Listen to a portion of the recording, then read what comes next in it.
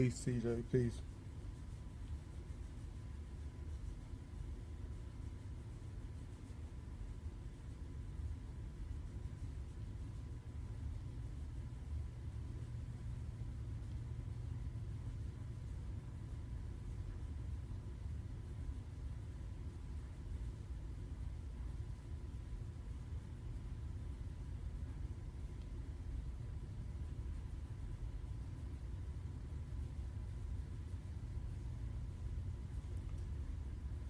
Get started in just a sec.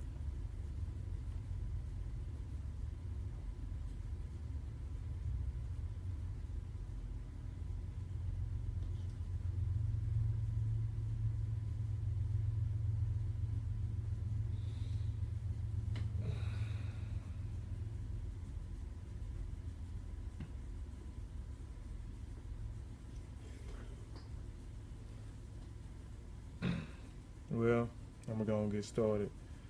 Uh, Hotep sent that, Lisa.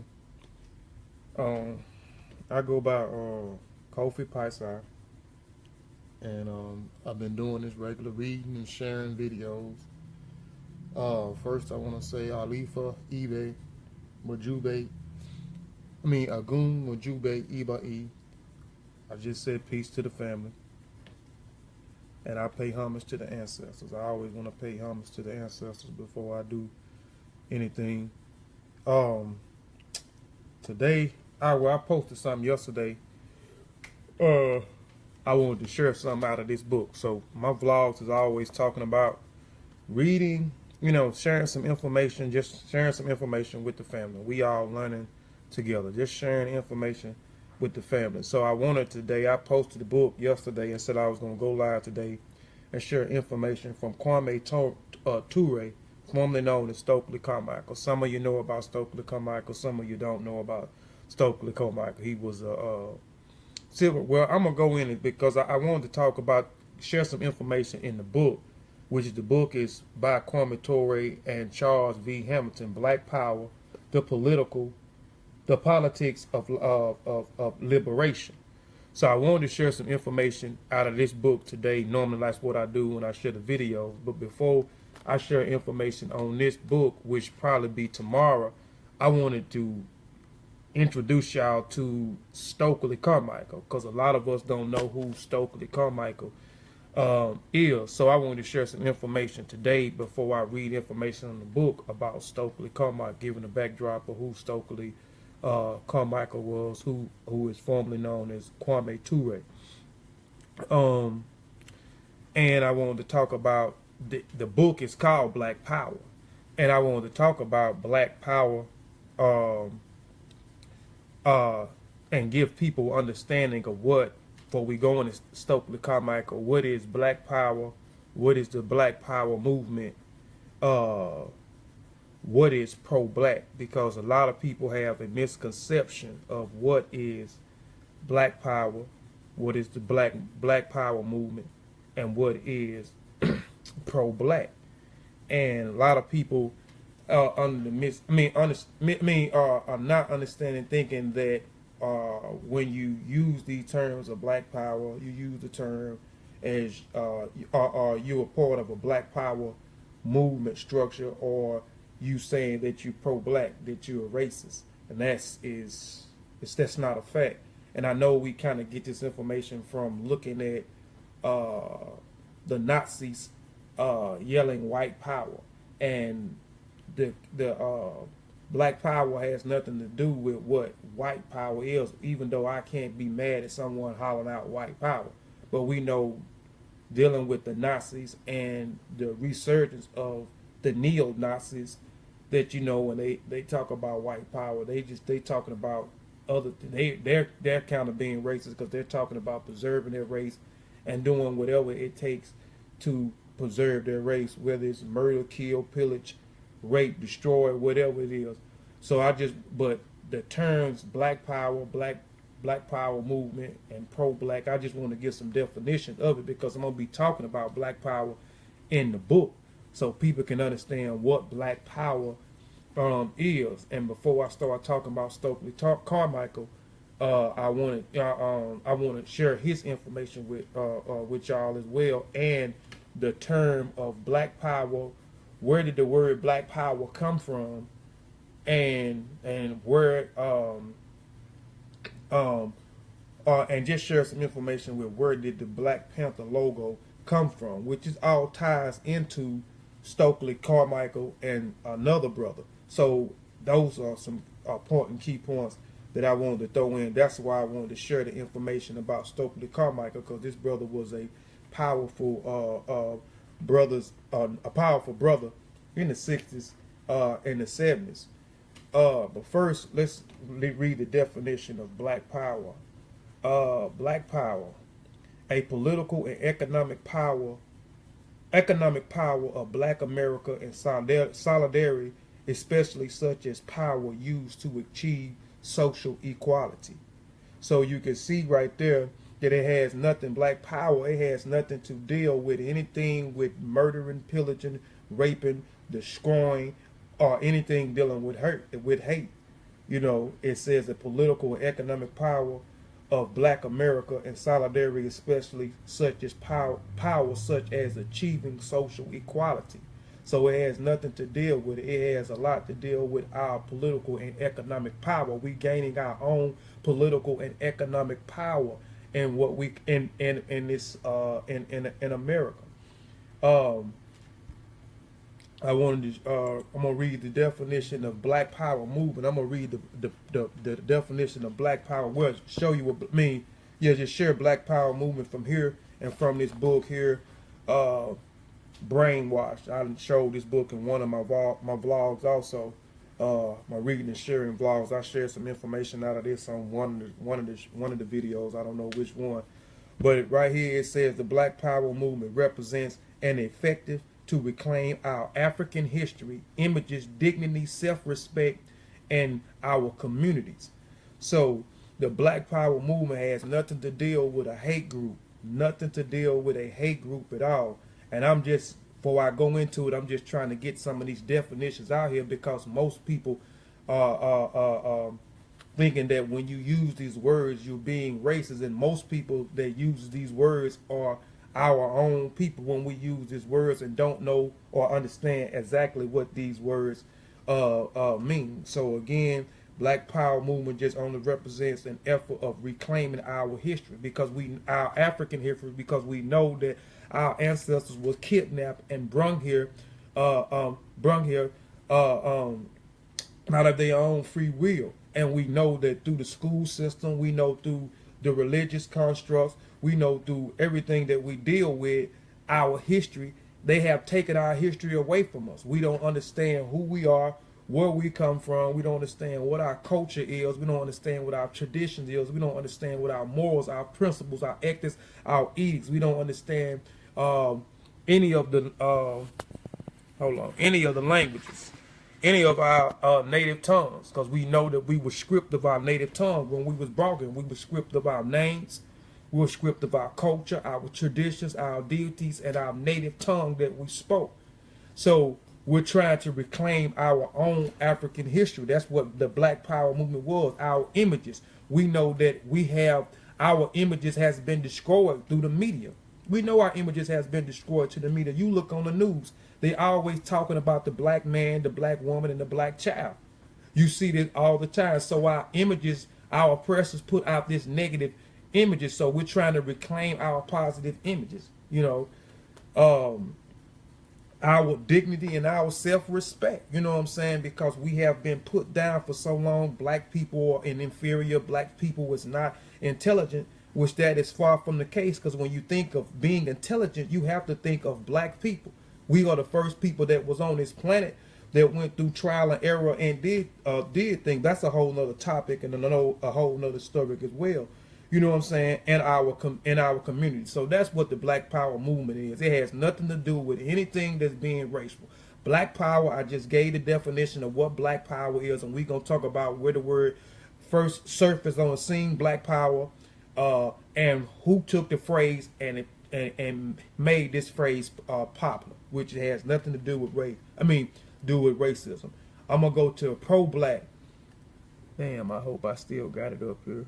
If I don't, give me a second to look it up. Damn, let me see. Here it is. Pro-black. Because a lot of us, when we think of pro-black, we thinking that we're being racist. We don't love anybody else. And this again, this is we're talking about black folks. Black folks are the only one that don't understand about being pro-race. Every other race or ethnic group understand that they pro-race first and everybody second. That's all. I'm pro-black. I'm proud to be pro-black, but we'll say, but the black communities, most of us that's not conscious will say that we're pro-family. You know what I'm saying? We're pro-family, so we put everybody else first. I mean, we put everybody else first and put ourselves last. I'm pro-black and proud to be pro-black. So I'm just going to give the definition of what pro-black is so you can understand what pro-black is before we go any further. Reading from here, it says, pro-black is a lifestyle that encourages the economic growth and development of the black people as a whole, with a purpose of increasing the wealth and the population of the black people around the world, whether it's spending money with black-owned businesses in your own communities or online, promoting love for black people and encouraging black youth. It is a sole purpose of keeping and uplifting people in America to be proud and at the same time. So there, it says nothing about being racist. It says nothing about being a hate group. It says nothing about murdering, pillaging. It says nothing about it. It's a lifestyle encouraging economic growth, development of the black people as a whole, and a purpose of increasing wealth and population of the blacks around the world. Support is basically talking about spending money with our own, supporting our own, promoting love, promoting black love. It's nothing wrong with promoting black love. It's nothing wrong with taking care of your own first. And then we got to take care of our home first before we can even take care of anybody else. So we have to be pro-race. We have to be pro-black first. Take care of home, and then we can deal with everybody else. That's not saying that we don't love everybody else. It's just saying that we love ourselves first. We're going to take care of ourselves first, and then we'll deal with everybody else. We're going to get ourselves right. We got to get ourselves right before we can help anybody else. So that's what pro-black means. So I just wanted to get some of these definitions off of what pro-black is, black power, and the black power movement, because some of the family that's in the community does not understand what these terms are, thinking it's dealing with something that's dealing with racism. So now we're going to talk about, before I even talk about the book, which it may not be today because this is going to be a short video about the book Black Power, the politics of liberation, you know, by Stokely Carmichael. I want to give a backdrop of who was Stokely Carmichael, and then in turn showing you the word of black power, where these words black power, the black power movement, even the Black Panther logo comes from. Stokely Carmichael again was a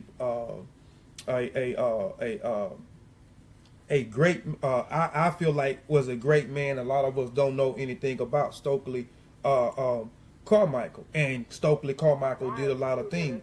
So I'm going to give you a backdrop of who Stokely Carmichael is, the author of the book Black Power, before I even talk about it, so you will know exactly who this author is that I'm sharing the information out of this book with. So I'm gonna start off reading about Stokely Carmichael. It says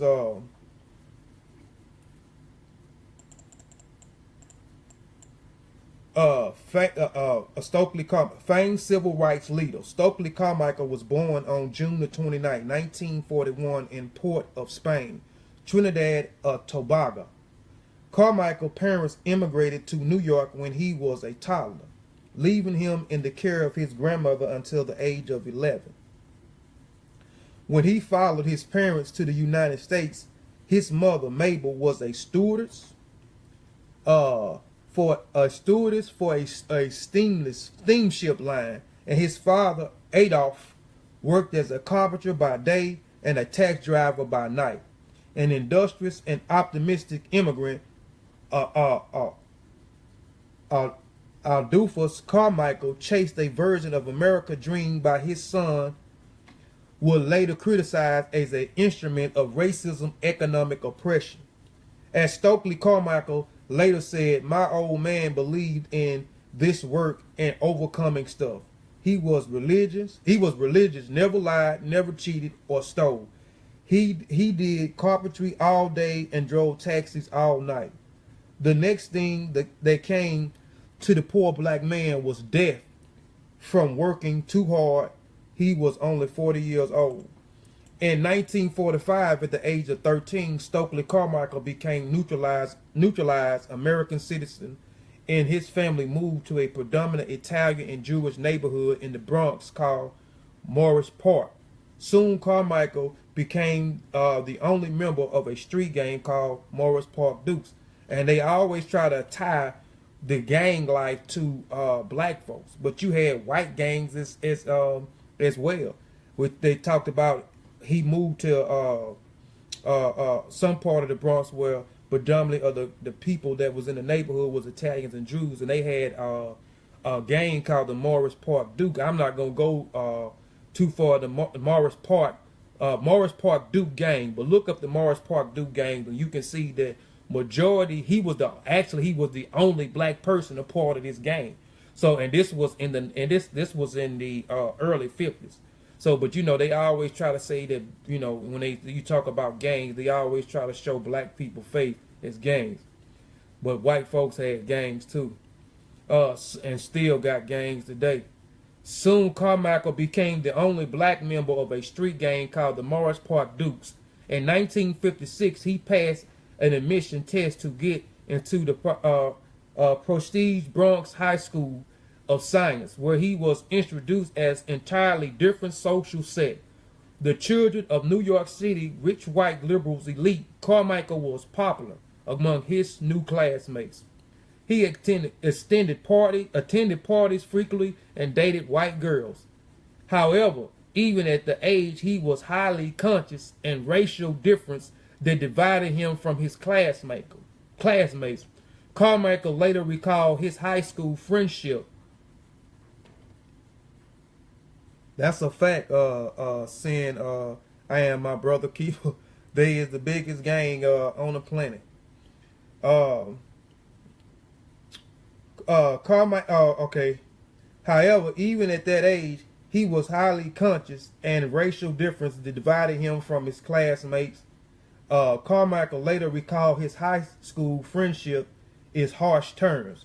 Now that I realize how phony they all were, how I hated myself for it. Being liberal was an intellectual game with these cats. That's where they were still white and I was black. Throughout, he had been aware of American civil rights movements from the years it was now united on the night toward the end of high school.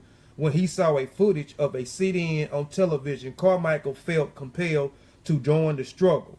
First, he heard about the Negro sittings in a lunch counter down south. So right now, he's talking about the Freedom Riders. If you don't know about the Freedom Riders, go look up who the Freedom Riders were. The Freedom Riders were a group of 13 black people, and you had a few whites that came together.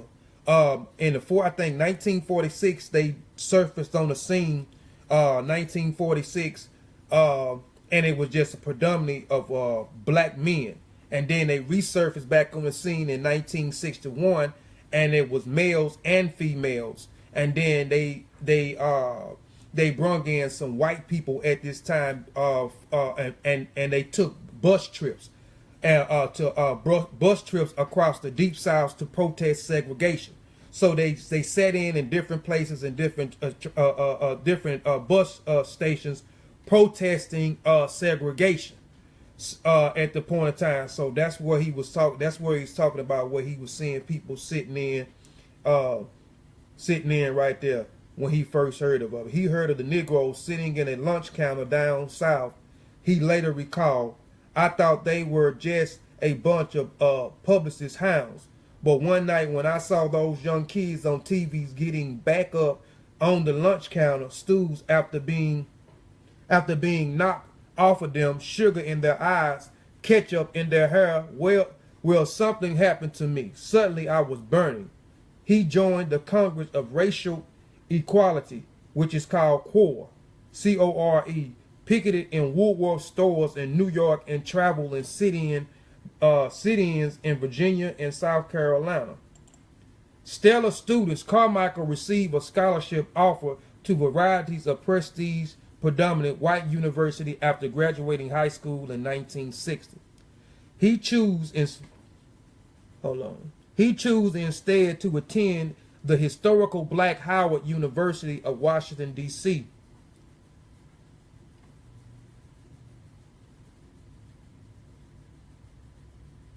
That's right, Senate Lisa. They was taking great risks at the time because they was getting beat up and all type of stuff. And then you do the math on it, do the science on it, you'll see, where they, I think they was in Alabama.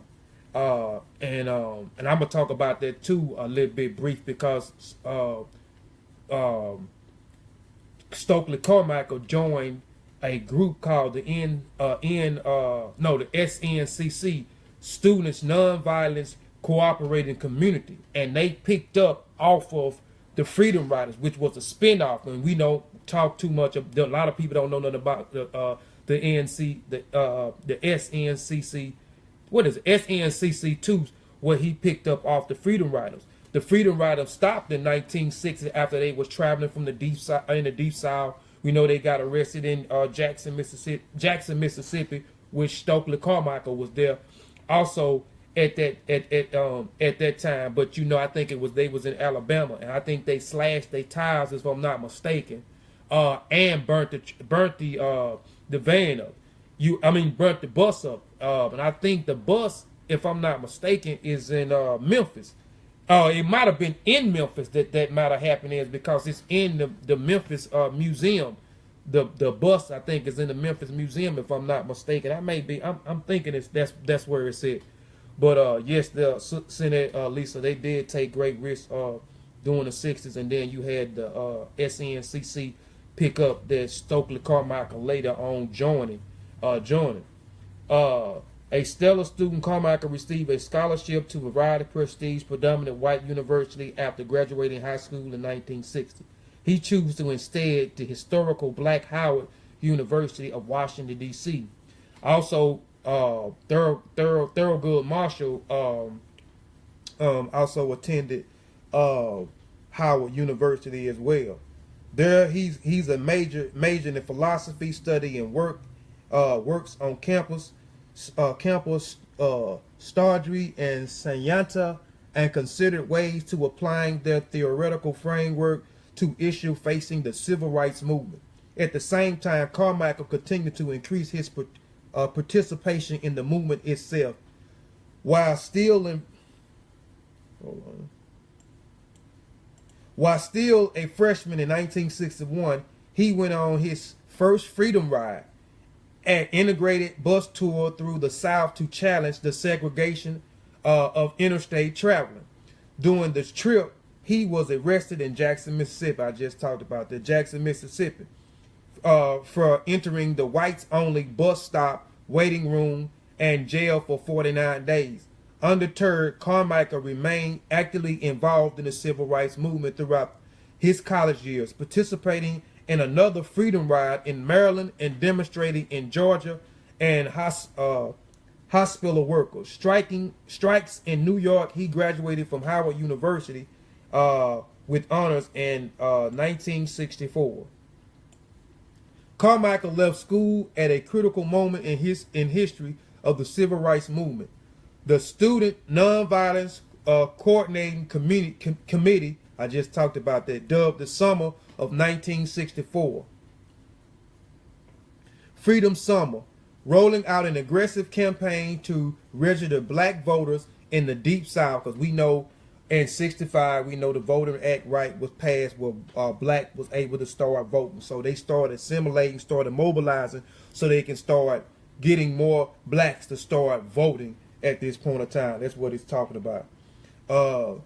College graduated using his eloquent and natural leadership skills to quickly be appointed be appointed field organizer for Landry counties, Alabama, when Carmichael arrived in Landry County in 1965. African Americans made up the majority of the population but remained entirely unrepresented in government. In 1 year, Carmichael managed to raise a number of registered black voters from 70 to 260,000, 300 more than the number of registered white voters in the country, in that county. Unsatisfied with the response of either the major political parties of his registered effort, Carmichael founded his own party, the Landry County Freedom Organization.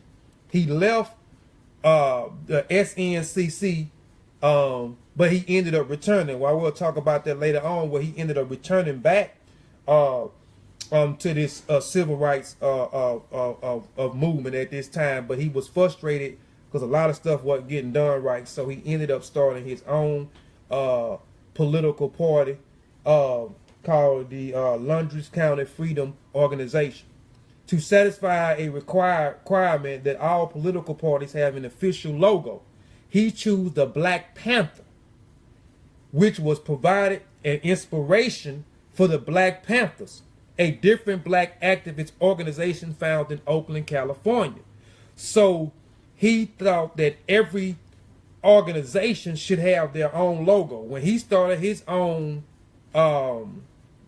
organization, his logo was the Panther, which was this. By him starting his logo, this is where the Black Panther Party was inspired by the Black Panther logo that Stokely Carmichael had in 1965 when he started his own thing. And I'm touching on this because I didn't want to start reading from this book until you understand who Stokely Carmichael was. Stokely Carmichael, who we all know as Kwam. He did a lot of good things. So that's why I headed the video title Black Power Movement, pro-black, Stokely Carmichael and the Black Panther parties, because all of this stuff ties in. These words ties in with this individual, also ties in with another guy who I'll talk about named Richard Wright. I'm not going to touch on it much, but I'm going to touch on him a little bit because a lot of people credited Stokely Carmichael, or formerly known as Kwam, as coining the phrase Black Power, which that's incorrect. And that's incorrect, but he's tied him saying the word, which we'll get to that, actually pushed that word to the forefront. But I'm gonna show you where the word actually came onto the scene. I came onto the scene as by an individual that's from. I'm a Mississippian, and this individual is a Mississippian. So I'm gonna touch on him just a little bit, just so we can tie all these things in together. Unsatisfied. Okay, so he says so to satisfy a required that the political parties have an official. So we went through that. So now you know where the Black Panther was inspired about the Black Panther logo from Stokely Carmichael. At this stage in his life, Carmichael adhered to the philosophy of nonviolent resistance expounded by Dr. Martin Luther King Jr. Stokely Carmichael also helped organize protesting with Dr. Martin Luther King as well. We know majority of the civil rights movement are the part of the civil rights movement that Dr. Martin Luther King and most was. It was a non-violent protest. Even you can see before Stokely Carmichael joined to help Dr. Martin Luther King mobilize, he was helping him as well. He started out with the student nonviolence comparative community. So he started out in the beginning as a nonviolence protest, and we know that was mostly what the civil rights Dr. Martin Luther King attached his civil rights movement around, was nonviolence at the time. But this is going to change with Stokely Carmichael, and you're going to see why a lot of this is going to, change. And I'm just going to throw this out here too. Hold on. Politics is the biggest game on the streets. That's a fact. That's a fact. Um, um, but yeah, you will see. I'm throwing this out here. The first laws of preservation. I mean, the first laws of nature is self-preservation. So when you look into nature, we are all a part of nature. Well, we always subtract ourselves from nature, but we are all a part of nature. We are all part of nature, but we always subtract ourselves from nature. So when you look at nature, they're going to any animal, anything in nature is going to self-preserve itself. If it's under attack, it's going to fight back. I just want to throw that out there. You know what I'm saying? Because a lot of people don't think that which it didn't get us nowhere. The non-violence protest, you know what I'm saying, was the best route to go. But we know Malcolm, the Malcolm and the Nation of Islam, they did not agree with the non-violence movement. And so you had two different movements. You had a non-violent movement going on, where the civil rights movement, where they wanted to integrate. They didn't want to be segregated. They was pushing for integrate. And you had the other movement that wanted that taught not integrating with your oppressor. And these individuals that didn't want to, the Nation of Islam, Malcolm X, they pushed it, separatism. That's what they pushed, separatism, saying separate from those that oppress us, being pro-black, being being, you know what I'm saying, taking care of your own first, doing your own. You see where that got us at by segregating. That's a whole nother story too.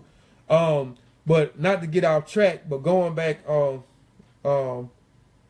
getting back on course, at the stage of his life, Carmichael had heard a philosophy of nonviolent resistance espoused by Dr. Martin Luther King Jr. In addition of a moral opposition to violence, proponents of nonviolent resistance believed that the strategy would win public support in the civil rights by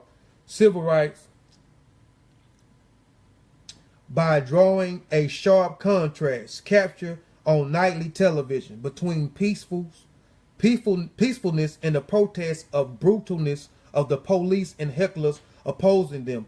We see that still going on today. We still see police brutality. So this is nothing new. A lot of us think that a lot of this is new, police brutality. But if you look at the civil rights movement around the 50s, the 60s, and the 70s, you can see that the police was killing us by the hundreds, sickening dogs on us, spraying us with fire hydrants, beating us upside the head with the billy club, shooting us in the back. So all this stuff is nothing new. And like I Am My Brother Keeper said a while ago, we know who the biggest gang in the world is. I don't have to say no name. I don't have to say what color they were. All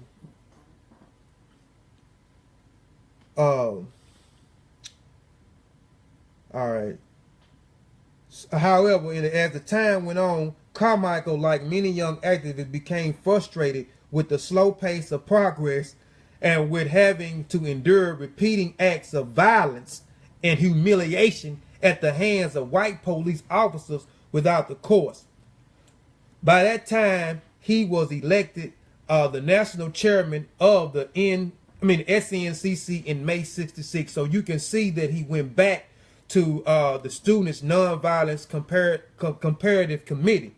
He left them. You can tell that the brother wasn't a patient brother. Things wasn't getting done at a faster rate. So he left the SNCC, and then he started his own Laundry County organization, and then he went on later on to help organize and mobilize the people for Dr. Martin Luther King and their protest during the civil rights movement. And then he left there, went back to the SNCC, joined them, where he became the chairman. So now when he became the chairman, things started to happen. And again, with the SNCC, the Students Nonviolence Comparative Movement, this is a spinoff from the Freedom Riders. So I talked about a little bit about the Freedom Riders a while ago. And you can see that Stokely Carmichael also took the rides on the buses protesting segregation with the Freedom Riders, got locked up in Jackson, Mississippi. et cetera, et cetera. And then after them cutting the tires, burning the van, bombing the van, the Freedom Riders stopped. The SNCC picked up where the Freedom Riders left off, where Stokely Carmichael was a part of that movement, started his own movement. Then he went and helped Dr. Martin Luther King protest in the civil rights with them. Left there, went back to the SNCC, where he became the chairman. Now you can start to see where the students' nonviolence comparative committee, where their structure started to change. You know what I'm saying? Started to change here. And yeah. Okay. Where I left off at. Okay, by the time he was elected national chairman of the SNCC in May 1966, Carmichael had largely lost faith in a theory of nonviolent resistance that he at the SNCC had once held dear.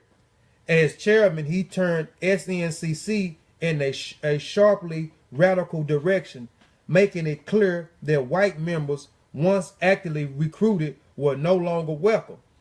The defining moment of Carmichael's tenure as chairman, you can see there too at that time too, the Freedom Riders, they had blacks and whites at that time. And then again, like I said, the SNCC, the Students Nonviolence Comparative Committee, was a spinoff from the Freedom Riders. So they incorporated a lot of things from the Freedom Riders, where they had the blacks and whites at the same time, because most of the movement was nonviolence and they was protesting against segregation at that time. But you can see after he left them and he went back and he became a chairman, the direction for the SNCC started to change. It's clear that white members, once actively recruited, were no longer welcome. The defining moment of Carmichael's tenure as chairman, and perhaps his life, came only weeks after he took over leadership of the organization. In June 1966, Jane Meredith, a civil rights activist who had been the first student to attend the University of Mississippi, embarked in a solitary walk against fear from Memphis, Tennessee to Jackson, Mississippi. About 20 miles into Mississippi, Meredith was shot and wounded too severely to continue. Carmichael decided the SNCC volunteers should carry on the march in his place, and upon reaching Greenwood, Mississippi on June 16th, he enraged Carmichael gave an address for which he would forever be best remembered. When being said freedom for we have been saying freedom for 6 years, Carmichael said. We are going to start saying now black power. So talked about black power a while ago, gave the definition of black power movement, and the definition of what pro-black is. Now, and I say a lot of people credited Stokely Carmichael, formerly known as Kwam, as coming up with the word black power. Stokely Carmichael took that phrase, and he made that phrase popular in the 60s and pushed the black power movement and the black. This is where the word became popular, and you start to see it come over the scene. And again, I don't have the book, but I'm going to get the book. So I'm sharing the information. Before I share the information in the book, again, I'm just trying to give a backdrop of who Stokely Carmichael is. So when I go back and start sharing on my next video information out of Stokely Carmichael Black Power book, I have the other book as well, where you'll first start seeing in 1954, you will see an individual named Richard Wright. Richard Wright was born in Roxy, Mississippi. This is near Natchez, and he was a writer and a novelist. And he wrote a plethora of books. He wrote a book. I think he wrote a book called Uncle Tom's Children. He wrote a book. I think that book was in 1939. He wrote a book called Black Boy. I'm forgetting a few other books he wrote. In 1954, he wrote Native Son, right? He wrote a book called Native Son, and I think it was in 1949. 1954, he wrote a book called Black Power. So this is when you start to see the word Black Power. This is before Stokely Carmichael. This is in 1950. This is in 1954. Yeah, he wrote a book called Black Boy. I thought I said that, but yeah, he wrote a book called Black Boy. And he wrote a book in 1957 called A White Man Listen. So this is where you start to see the word Black Power on the scene with Richard Wright. And then in 1966, after this individual did his protest walk from Memphis, Tennessee to Jackson, Mississippi, he was wounded, and Stokely Carmichael organized the SNNCC to finish the walk. And when they got to Greenwood, Mississippi, this speech that Carmichael made, he he said that we've been saying for 6 years, we've been saying freedom for 6 years. We are going to start saying now Black Power. So if I'm saying it right, he made the word popular. He made Black Power. He made the phrase Black Power popular during that speech. Black Power. The phrase Black Power quickly caught on as a rally cry of a younger and more radical generation of a civil rights activists. The term also resonates internationally, becoming a slogan of resistance to the European imperialism in Africa. In his 1968, The Black Power, again, the book that Richard Wright wrote in 1954, the book was basically talking about his visit. He took a visit to Ghana. He took a visit to Ghana, and he observed the rise of Pan-Africanism. So he talked about his trip to Ghana, and he talks about Pan-Africanism in Ghana. And I mentioned that Stokely Carmichael went to Howard University. I mentioned that Thurgood Marshall went to Howard University, and the president at one point in time, or the president during Stokely Carmichael time, Kwam, I'm saying the name wrong. He also went to Howard University at the time. Thurgood Marshall went to Howard University at that time. You see a lot of black civil rights activists, a lot of great men come out of that college as well. Where I left off. Instead, he associated the term with the doctrine of black separatism. So he got out of the ideology of being integrating, talking about, talking about segregation, you know what I'm saying, and talking about integrating. He got out of that, so he started talking about separatism. He started following in the same paths, doing the same lines of the Nation of Islam and Malcolm X, talking about separatism, not integrating with your enemy, not integrating with your oppressor. So the Black Power movement started springing from that, going against your oppressor. Again, it has nothing to deal with any type of hate group. I read the definitions of Black Power. I read the definitions of the Black Power movement. I read the definition of pro-black. It has nothing to deal with raping, murdering, pillaging, anything doing with race. It has something to deal with uplifting ourselves. You know what I'm saying? Supporting our own.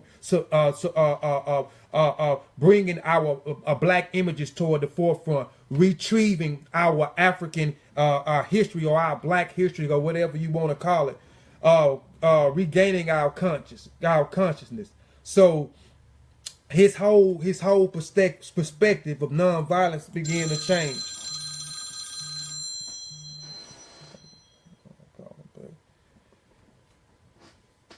All right. Instead, he associated the term with the doctrine of the black separatists, articulating most prominent by Malcolm X. When you talk of Black Power, you talk of building a movement that will smash everything Western civilization has created. Carmichael said in one of his speeches, unsurprisingly, the term to Black Power proved controversial, evoking fear in many white America, even those previously sympathetic to the civil rights movement of and embracing for service within the movement itself between older prominence of nonviolence and younger advocates of separatism. In 1967, Carmichael took a transformative journey, traveling outside the United States to visit with revolutionary leaders in Cuba, North Vietnam, China, and Guyana. Upon his return to the United States, he left the SNCC and became a prime minister of a more radical, the Black Panthers. So now you see he went from helping out with the Freedom Riders, joining the SNCC, which was a spinoff, or they took over what the Freedom Riders left the Freedom Riders, started his own group, the Laundry County Organization, left the Laundry County Organization, went to help Martin Luther King mobilize doing the civil rights, left there, became the chairman, went back to the SNCC, became the chairman, and the ideology of segregation and integration has changed, and he went to the ideology of separatism. Finally left there and went into the Black Panther Party. And I talked about him when he started his organization. He said each organization should have their logo. So he had it. His logo was the Black Panther, which was expired the Black Panther and their Black Panther logo. So again, I'm just tying all these things of Black Power movement, pro-black, the Black Panther Party, the Black Power phrase, correlating, all tying into this one individual. In 1967, Carmichael took hold on. So we can see that he did all that. He joined the Black Panther Party at that time. Carmichael. Hold on, I done got too far. 1960. He spent the next 2 years speaking around the country and writing essays on black nationalism, black separatism, and increasingly Pan-Africanism, which ultimately became Carmichael's life cause. In 1969, Carmichael quit Black Panthers and left the United States to take a permanent residence in Guyana, where he decided his life to cause of Pan-African unity. Americans does not belong to the blacks, he said, explaining his departure from the country. Carmichael changed his name to Kwame Ture to honor both the president of Ghana, Kwame Nkrumah, the president of Guyana. So I talked about Kwame Nkrumah. He also went to Howard University. Thurman Gooden went to Howard University. And you will see a lot of our black freedom fighters, civil rights activists went to this college as well. So this is where Stokely Carmichael get his name from the president of Ghana, Kwame Nkrumah. I know I'm saying the last name wrong. In 1968, Carmichael married Mira Makata, a South Africa singer, after they divorced, and he later married a Guyanese doctor named Maluto Berry.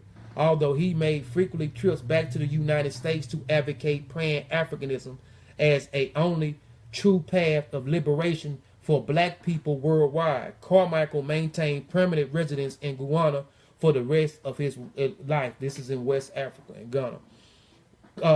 Carmichael was diagnosed with prostate cancer in 1985, and although unclear precisely what he meant, he said publicly that his cancer was given to him by forces of American imperialism, of others who conspired with him. He died in November 15, 1998 at the age of 57. And, you can see that if you go, look at the historical data, a lot of our fighters they either killed them by assassinating them, or they ostracized them by spreading dirt and lies on their name. So this is, he said right here when he was diagnosed with cancer that and they said they didn't know what he meant, but he said publicly that his cancer was given to him by the forces of American imperialism and others who conspired with them. So a lot of our fighters, like again, they either assassinated them or they ostracized them. You know what I'm saying? And they done it so much that this generation, or the generations that have come, it has scared us. We're no longer mobilizing. We're no longer moving. We no longer galvanizing the people and fighting and getting our just due. We want to sit back and complain. So that's what I can say. I give great credits and honors to a lot of the ancestors that fought during the civil rights movement. Do I agree with everything that they talked about in the civil rights movement? No, I don't. But I can respect them mobilizing the people, galvanizing the people, bringing the people together for one common cause, and that is to get our just due. You know what I'm saying? So, I just, again, it's, I didn't want to go too long. I just wanted to give a backdrop of who Stokely Carmichael was, tie in Black Power movement, pro-black. All these things is tied into Stokely Carmichael, and give a little backdrop of some of the organizations that this great civil rights activist was a part of. Again, the Freedom Riders, the SNNCC, the his own organization, the Laundry Organization, and the Black Panther Party, and the Pan-African movement. So I just wanted to give a backdrop of who this Stokely Carmichael, known as Kwame Ture, give you a backdrop before I even start reading and sharing from his book Black Power, the politics of liberation, and just clearing up some of the things that our community talk about that does not have an understanding of what Black Power is, what the Black Power movement is, and what pro-black is. Has nothing to deal with being racist at all. I read the definitions earlier. I'm not going to read them again. None of it deal with nothing with hate. You know what I'm saying? Again, it just deal with us retrieving our African history. Us, you know what I'm saying, taking hold and of our images and making positive black images, building up our community, speaking and practicing black love, taking care of our own first, dealing with us first, supporting us first, and then dealing with everybody else second. Just dealing with us, taking care of home, loving yourself first, and once we get our stuff together, then we can go out and help somebody else fight in their own cause. So I just wanted to give the backdrop of that. Again, I didn't want to go too long. I don't know how long I was on here. I hope, the information that I shared was some good information. Some people learn about who Stokely Carmichael, who formerly known as Kwame Ture. Do your own research on who Kwame Ture is. Do your own research. If you don't know who the Freedom Riders is, do your own research on the Freedom Riders. I discussed the Freedom Riders in small details a while ago. I discussed the Students Nonviolence Comparative Committee, which is SNCC, another civil rights organization. The Black Panther Party, if you don't know anything about the Black Panther Party, who's formed the Black Panther Party, what the Black Panther Party about, do your research on that. I touched on that a little bit. How he inspired them. Okay, it wasn't too long. Okay, appreciate that. Send it, Lisa. So just give me some information. So I may come back on tomorrow or Monday and reshare some information from his book called Black Power, and even go a little bit more depth into who Richard Wright was. I might do a backdrop on Richard Wright, which is again a guy that's from Mississippi, because I'm from Mississippi, so I'm proud to know that this Black Power word actually came from him. And I'm on his book is en route for me getting his book called Black Power, which Stokely Carmichael book is also called Black Power, and he took this phrase and ran with the phrase. So I might give a little more backdrop of Richard Wright and some of the other things that he did, and some of his other accolades is his other accolades is well, and then go into the book and share some information in here, because it's a lot of information and good information in this Black Power book by Stokely Carmichael. So family, I guess I'll see you next time. Peace.